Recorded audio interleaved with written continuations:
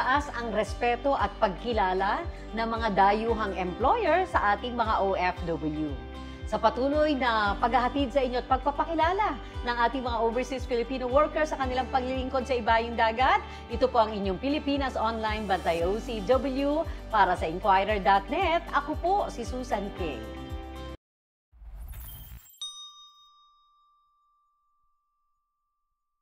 For the record, talagang ni isa wala akong nakitaan na record ng amo ko. Alam niya na, of course, skilled tayo, di may takot tayo sa Diyos po na gumagawa ng ganyang mga aktibidades na hihingi ka ng commission sa Sir, 14 years, isang employer lang? Ang una po, Saudi, then ganito kasi po yung Saudi, then umalis ako, then pagbalik ko, Korean company uli, then kinuha uli ako ng dati kong amo. Hinanap talaga nila ako. Nagbalik ka? Opo. Okay. Bakit po ninyo tinapos sa loob ng ilang taon lang yung pagbabalik ninyo? Problema sa Saudi decision. Sa amin okay. na time na yun. 2014. Naapektuhan ka? Nag-start kasi yung Saudi decision is 2011, 10. So, apektado kami na as engineers, gusto nila ipasok yung mga engineers nila. Kasi sa decision, sabi, inaagawan ninyo ng trabaho ng kanilang nationals. Yes, ma'am. Hindi kasi yung position ng foreigners or expat yung position ko. Position kasi ng Saudi. Pero hindi nila makita sa Saudi yun. So, nakikita nila sa expat or sa mga foreigners. Kaya nagkaroon ng batas yung Saudi Arabia na tinatawag na Saudi decision, ililimit po nila yung mga engineers. I-hire nila. Kailangan mag-hire sila ng local nila. Nadala ba ninyong pamilya doon? Actually, ma'am, doon po ako ginasal sa Saudi Arabia. Doon ko po nakilala yung pinakamagandang asawa ko. Oh, wow! Saka Bicolana siya. Oh! Doon ako kinasal. Doon kayo nagkita? Kami. So mula nung umuwi kayo, hindi na kayo talaga nagplano na bumalik sa abroad? Di naman, ma'am, kasi nung sa Saudi kami is marami din ako na-invest. Marami sa na-invest. So, all my incomes in Saudi Arabia, I invested in property.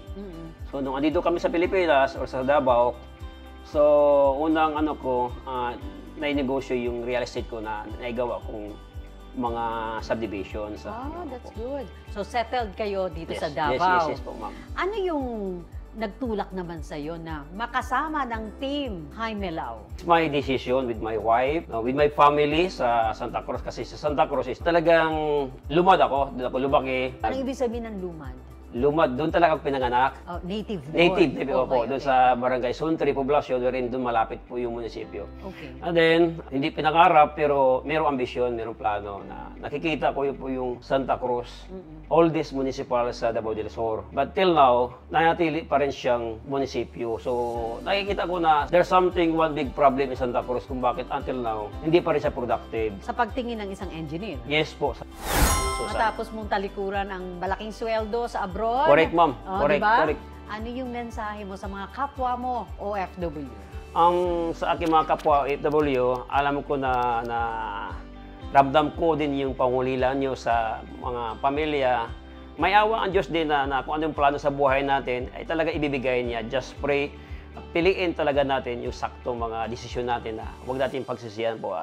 At of course, as spiritual leader, not only engineer, huwag natin kalimutan ang Diyos.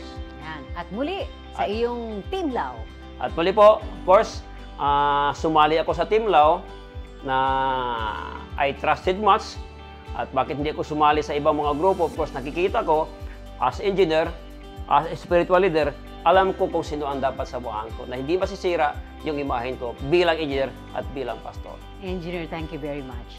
Si Engineer Lolito Heralde, mga kaibigan, ang ating OFW, project manager ng napakalaking mga proyekto sa Saudi Arabia, pero pinili niya na magbalik at manatili sa bansa at ngayon po kasama sa mga nakikipagtulungan sa pagsusulong ng bagong Santa Cruz sa Davao del Sur, ang hangad ng Team Lau sa pangunguna ni Ginoong Jaime Lau Sr. at ni Mayor June Lau, ang dati nilang mayor na ngayon ay aspiring vice mayor naman. So ito po ang inyong special na edisyon ng Pilipinas Online, Bantay OCW mula sa OFN, ang Overseas Filipino Network. Ako po si Susan K.